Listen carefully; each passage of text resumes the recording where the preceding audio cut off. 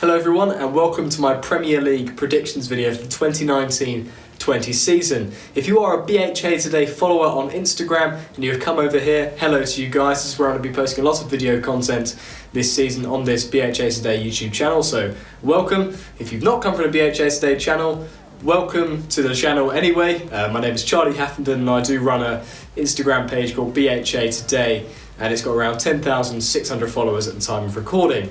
So most people, if you've seen already with some prediction videos on YouTube or elsewhere, most people go from 20th position up to first, making anticipation for who will win the league in their video.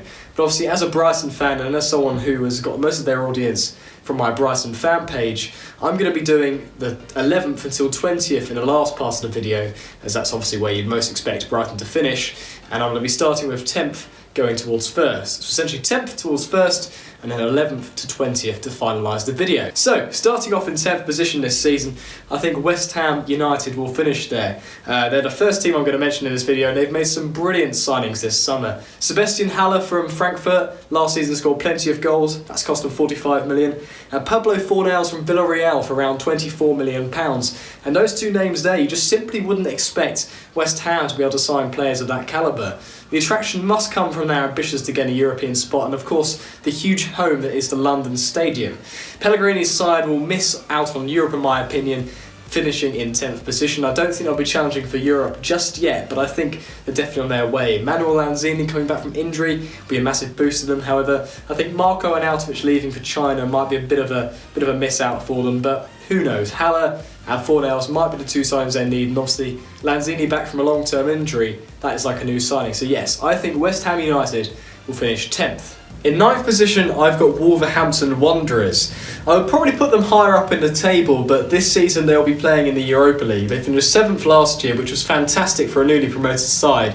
Nuno Espirito Santo just missed out on the Premier League Manager of the Year, and I think he probably could have won it for what he did with that Wolves side. They've had a lot of money boosted into them, a lot of Portuguese players, which is sort of a trend they've been having at the moment, but they've made some fantastic signings this summer, and I think they would definitely finish higher up if they didn't have Europa League. You saw Burnley last year, they finished 15th or 16th after being in the Europa League, and though they weren't in it for long, it was definitely a hindrance and added pressure, and I think the same might happen to Wolves, but I don't think they'll fall down like Burnley. I think they've got a really quality side, and they've made some great additions this summer. Patrick Cutrone from AC Milan, Raul Jimenez is now on a permanent deal from Benfica, Leandro Dendoncker is also on a permanent deal after a loan last season from Anderlecht, and Jesus Vallejo is a new season-long loan from Real Madrid, and they've definitely added some quality additions there, and for a team that was literally in the Championship the season before last, it's simply remarkable. You wouldn't expect a club like Wolverhampton Wanderers to be able to attract players like this, especially someone like Patrick Cutrone from AC Milan, who, yes, he wasn't really a starter for Milan, but he's a really big prospect, one of the biggest prospects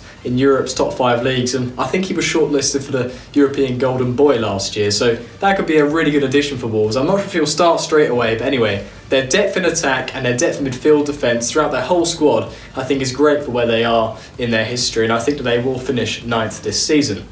In 8th spot, so just missing out on European football, I think will be Leicester City. The Foxes, the new regime under new manager Brendan Rodgers, looks like it's just getting started. Jamie Vardy is thriving again at Leicester City. Under Claude Puel, he struggled, but the 32-year-old striker has been clinical as ever before, and despite his age at 32, he still looks like a player who's going to score plenty of goals this season. He's definitely going to be a danger, and especially with the chance creation in behind with James Maddison, who no other Premier League player could match his chance creation last season, and Yuri Tielemans, who was on loan temporarily between January and the end of the season. He really improved himself in the Premier League, and they've signed him on a permanent deal from Monaco. So having Tielemans and Maddison in behind Vardy looks great, and their defence also looks good. Harry Maguire is going to Manchester United most likely for £80 million, but they're likely to replace him, and even if they don't, they've still got good depth in defence and a great goalkeeper in Kasper Schmeichel. So I think that Leicester City will battle on this season. I don't think they'll quite get European football. I think they need a little bit more depth. If they can add a bit more in the transfer window,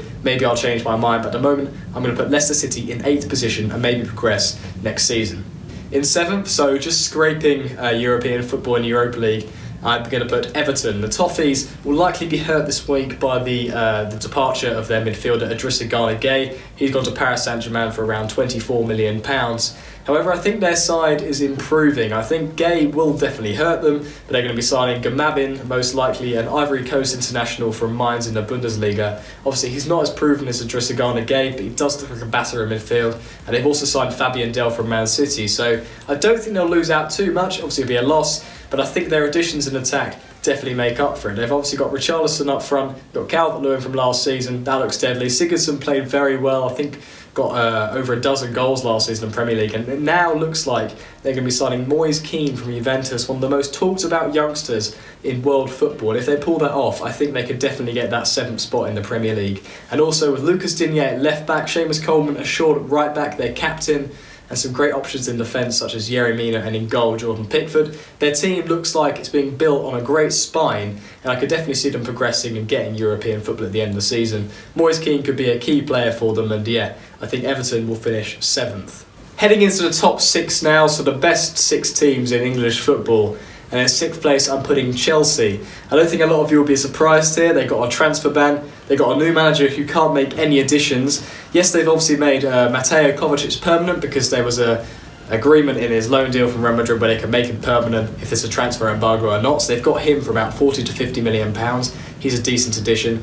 And they've also got Christian Pulisic, who came in January and then was loaned back out to Dortmund, is now back at Chelsea. But I don't think he's going to be a good enough replacement for Eden Hazard, who left for Real Madrid. And he's arguably one of the best players in the world. And obviously you can't really replace someone like Hazard. So Pulisic is a risky one. I'm not sure if he's going to settle in straight away. Callum Hudson-Odoi, he looks like a great talent. Also Ruben Loftus-Cheek, they're both out on long-term injuries. And they've got a lot of unproven youth in that team. It looks like Frank Lampard coming in from Derby County. He's got a big job to do with that Chelsea team, and I'm not sure he's going to do any better than 6th position this season. I still think they'll finish in the top 6. I just don't think they'll challenge for Champions League football. They've got a lot of talent in the team, but nowhere near as talent as the other 5 teams in my opinion, and also trying to get lots of new players to gel together, lots of youth players who haven't played in a senior team before necessarily. I think Frank Lampard might struggle, but I do think they've got enough talent in that team to finish in the top 6. So yeah, I'm going to put Chelsea in 6th position for the 19-20 season. In 5th position, so just missing out on Champions League football, I've got Ole Gunnar Solskjaer's Manchester United. I think they'll finish in 5th position this year, and it's quite heavily based on if one big transfer happens, and that transfer at the moment, which is being rumoured, is Paulo Dybala coming in from Juventus. Romelu Lukaku, who hasn't quite got on at Manchester United, he hasn't quite found his footing at the Red Devils. He's going to be on his way out to Juventus in a massive swap deal, one of the biggest deals of the summer if it is pulled off. And at the moment, apparently Dybala and his agent are in London for talks over a contract, and it looks like it actually could happen. If it does, I think 5th is definitely realistic for United. Their front 3 being Rashford, Martial and Dybala could be deadly. However, I'm not sure if any of them are a complete number 9, but it could work. Liverpool, we've seen they've had 3 sort of wingers all fitting in with a false 9 in the middle. It could work the same for Manchester United, but I'm just not convinced that these new players coming together, obviously Daniel James from Swansea as well, I'm not too sure if they're going to gel too well. Their midfield, their defence, they haven't got great depth. But I still think they'll do better than Chelsea this season because they can still make more additions, and someone like Paulo Dybala, who could be world class, I think that puts them a bit of a level above Chelsea, but I don't think it puts them into sort of top 4 contention. Yes, they might battle for it, but I don't think come the end of the season they'll be in the top 4. I think they'll finish just outside in 5th position. In 4th is Arsenal, and this relies a lot upon, again, a massive transfer.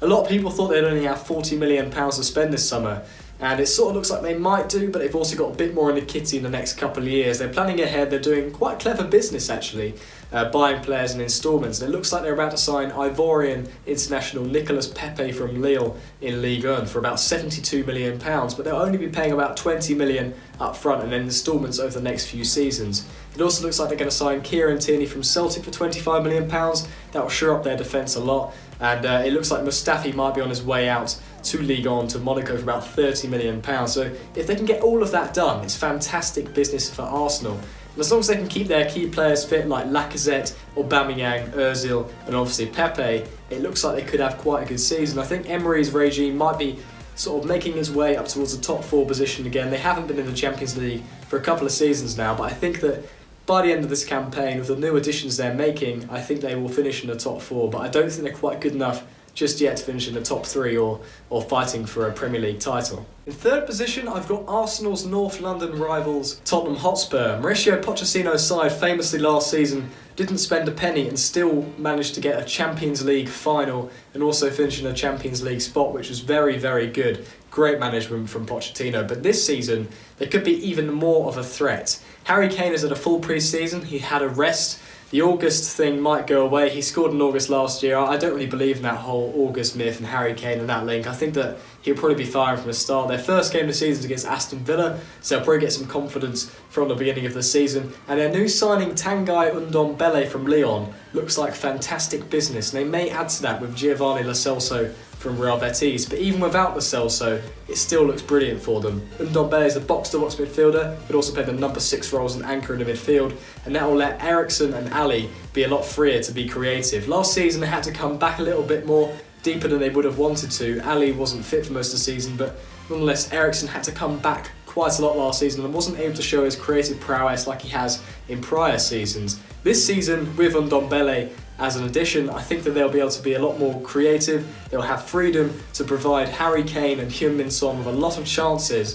And I think if Kane and Son could be back to their very best, I think that Tottenham could definitely finish in the top 3, and I think they'll finish in third position, just behind Liverpool. In second place, I'm going to put the Reds. I think they'll finish behind Manchester City again this season. I don't think there's much between them, but I think that the additions Man City have made, obviously they've signed Rodri. He'll fit into that Fernandinho position really well. Fernandinho is 34 years old now. Rodri coming in from Atletico Madrid looks like a quality number 6. And I think just like on Ndombele at Spurs, he could allow the likes of Bernardo Silva and Kevin De Bruyne to roam a bit more free.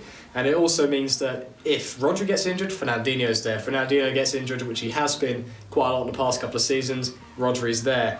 Most of the time that they made mistakes last season and had bad spells of form is when they didn't have a proper number 6 in that side. But this season, they've got 2 brilliant options, and I just can't see Man City having a bad run of form. I just think they're going to be relentless. Sergio Aguero, obviously that helps. Kevin De Bruyne, probably the best midfielder in the league. You've got Raheem Sterling, one of the most on-form players in the league at the moment. I just don't see Liverpool catching up to that. Obviously got one of the best front 3s in world football. The false 9 of Roberto Firmino and Mane and Salah down the wings. It's fantastic. I just don't think they've got the squad depth to keep up with Manchester City. And I can't believe I'm saying this, because that Liverpool side, if you didn't have Man City in the league, they'd win the league by a country mile. But it's just such a massive rivalry to suddenly spark between his 2 teams, Klopp versus Guardiola. And I don't think it helps that Liverpool haven't made many big additions this summer. And they've actually, out of the 20 teams, the elite 20 in England, they haven't actually spent as much as any of the others. They're finished 20th in the Premier League at the moment in terms of their spending, which could be a good thing on the business side of things, but I don't think it's a good thing in terms of trying to catch up to Manchester City.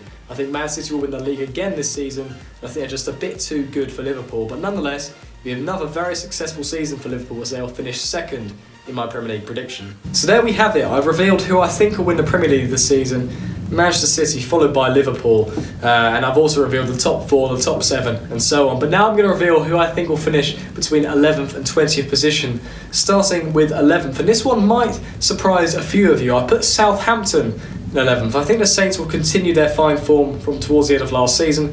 They gave a lot of momentum under new manager Ralph Hasenhüttl. He's got quite a high press in his side, a lot of tempo in his team, and I think the new additions of Che Adams and Danny Ings up front. Danny Ings obviously was there on loan beforehand, it's now been made permanent from Liverpool. I think those additions up front will definitely add to their attacking threat. They did struggle to score goals last season, because they've still got Charlie Austin as a bench option to come on a target man, and they've got some decent squad throughout the rest of the squad. And they've also got Angus Gunn in goal. He proved to be a great goalkeeper towards the end of last season. If he can continue to develop, there might be a few more clean sheets for Southampton this season, and I believe that they're actually they're good enough under Hasenhüttl, to finish in 11th position this season. In 12th, I've got AFC Bournemouth, and you might be surprised that I haven't put them slightly higher up in the table. Maybe they could fight for a top 10 finish, but at the moment I'm just thinking they're a bit too inconsistent. They have some brilliant starts to seasons. Last season they were edging towards 7th and 6th at some points. They're ahead of Man United for a while,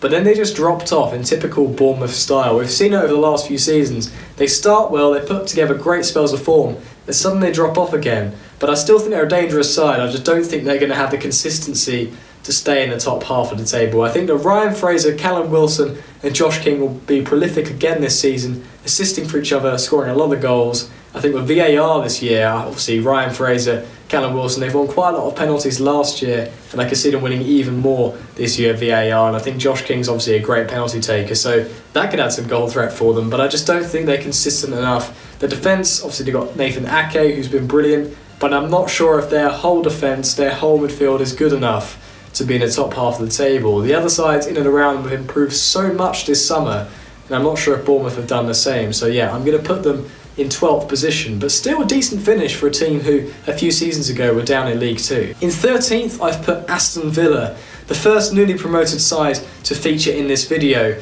and some are saying they might be about to do a Fulham. Will they do a Fulham, spending £100 million or so on signings and then going back down? I don't think they will. I do not think that lightning will strike in the same place twice. I think they made some fantastic additions this summer. Just to name a few: Douglas Luiz from Man City, Trezeguet from the Middle East, Matt Targett from Southampton, El Ghazi from Lille, Wesley from Club Brugge, and Tyrone Mings from Bournemouth. Over 100 or maybe even £150 million, depending on what the undisclosed fees were this summer so far from Aston Villa, and it's really showing a sign of intent. I don't think they'll fight for a top half finish. I think they're obviously a newly promoted side. It's very rare that they finish in the top half. Wolves did it last year, but I just think that Aston Villa will fall a bit short of the mark and finish in 13th position. I think I have a good first year back in the Premier League, and they are a massive club, and I'm quite excited to see them back in the Premier League. It'll be a good away day at Villa Park, and I think they will finish at 13th at the end of this Premier League season. In 14th position, we've got Watford, the Hornets, who are actually Brighton's first opposition this season.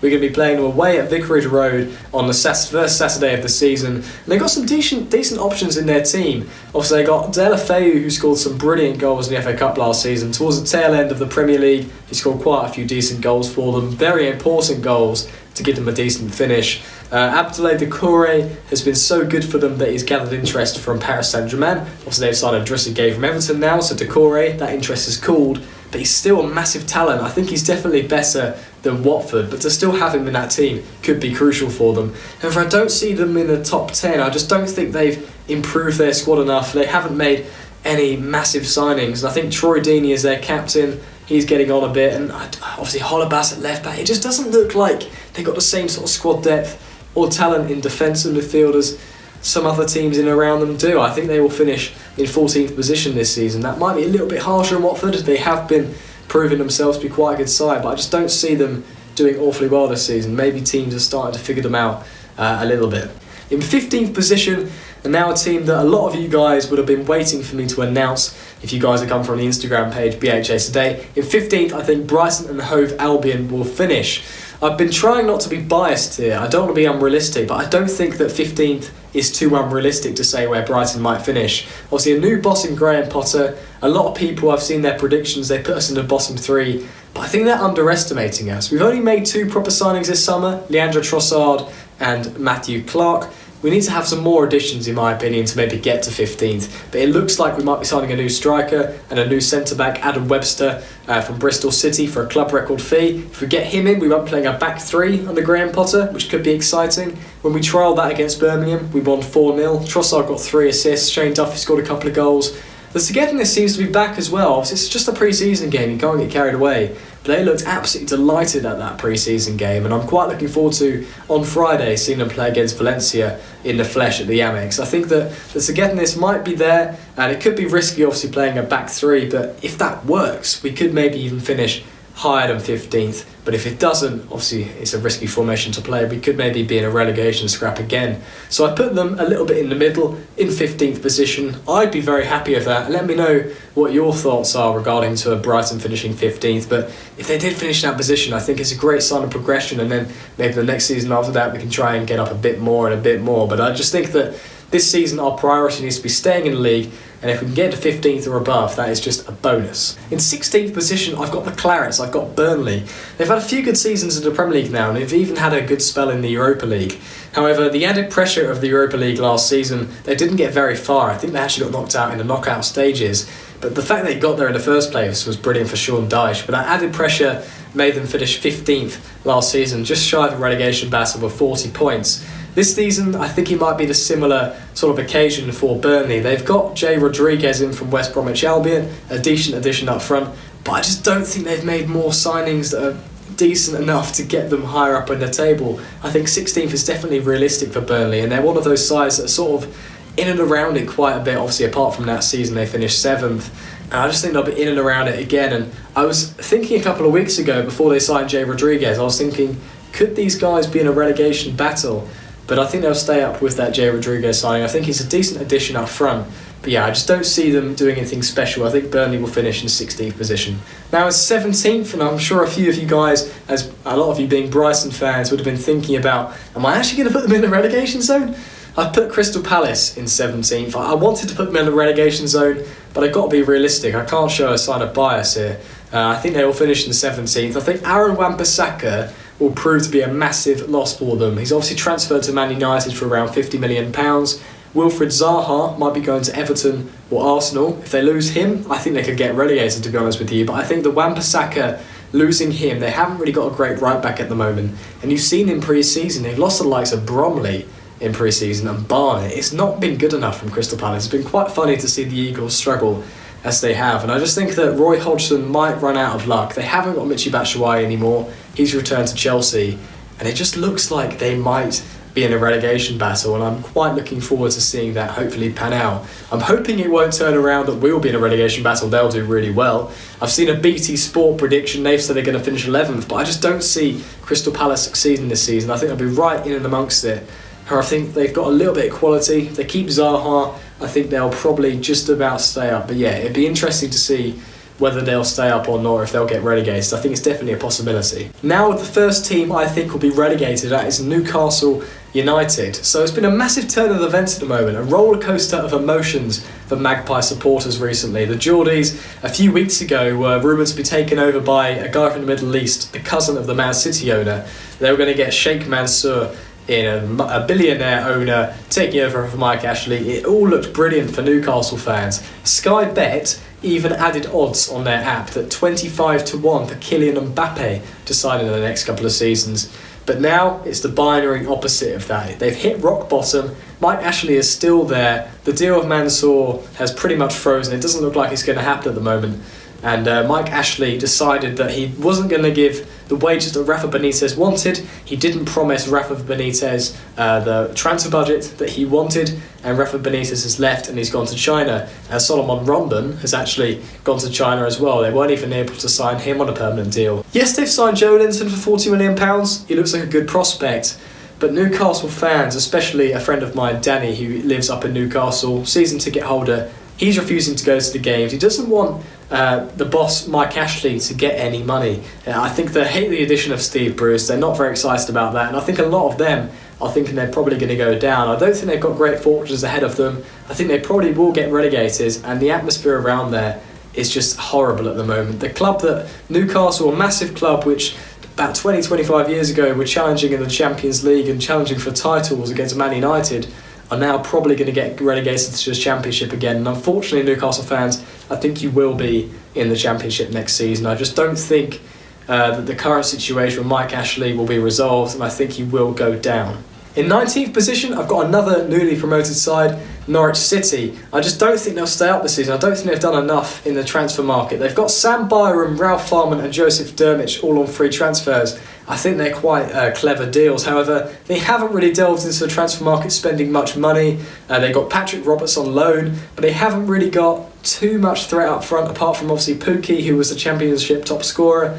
I'm not sure if he's going to step up to a Premier League level. They haven't got great squad depth, and I just don't think that I don't think it was their time just yet to move back up to the Premier League. Obviously, they finished top of the Championship. They took that by storm. But whether they made the right additions, they haven't spent money like Aston Villa have. They haven't got the squad depth in order to stay in the Premier League, in my opinion.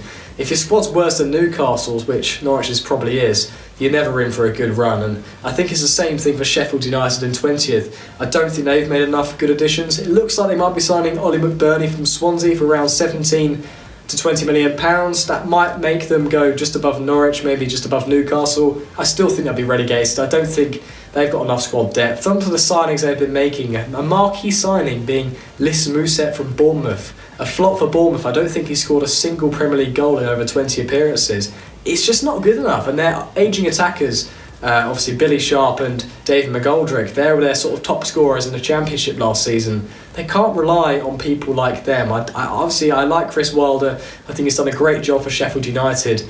And a place I'll probably go into university next year is Sheffield. I would like to see them stay up and be another away day for Brighton, but unfortunately I don't think they will. I think they'll be the final team this season to get relegated in 20th position. That is my Premier League predictions for the 2019-20 season. I think Brighton will finish 15th. I think it could go either way under Graham Potter. I think it'll finish sort of in the middle of everyone's expectations. Could it be great? Could it be awful? I think it'll be somewhere in the middle. I think it'll be a sign of progression, and then maybe next season we can make some decent additions and sort of build from there. But I think 15th would be a big success for Brighton. I think the winner of the league will be Man City, Liverpool just behind. And I think that Arsenal and Tottenham will finish the top 4. And I think that Newcastle, Norwich and Sheffield United will be the teams relegated.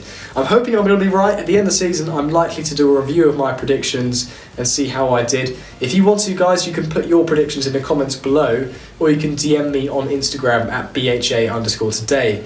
This video should be going out on Thursday, the day before the Valencia game at the Amex. If you're there, hopefully see you guys there. I'll definitely be there. I'll be behind the Valencia bench. I thought I booked a seat for the Brighton bench, but unfortunately I'm behind the Valencia one. But nonetheless, it's going to be good to see Graham Potter's side at the Amex, see new signing Leandro Trossard, Matthew Clark possibly, and maybe even see Bruno on the subs bench. But anyway, I hope you've enjoyed this video, my Premier League predictions for the 19-20 season. Leave a like if you enjoyed, subscribe if you're not already, and I'll see you guys later.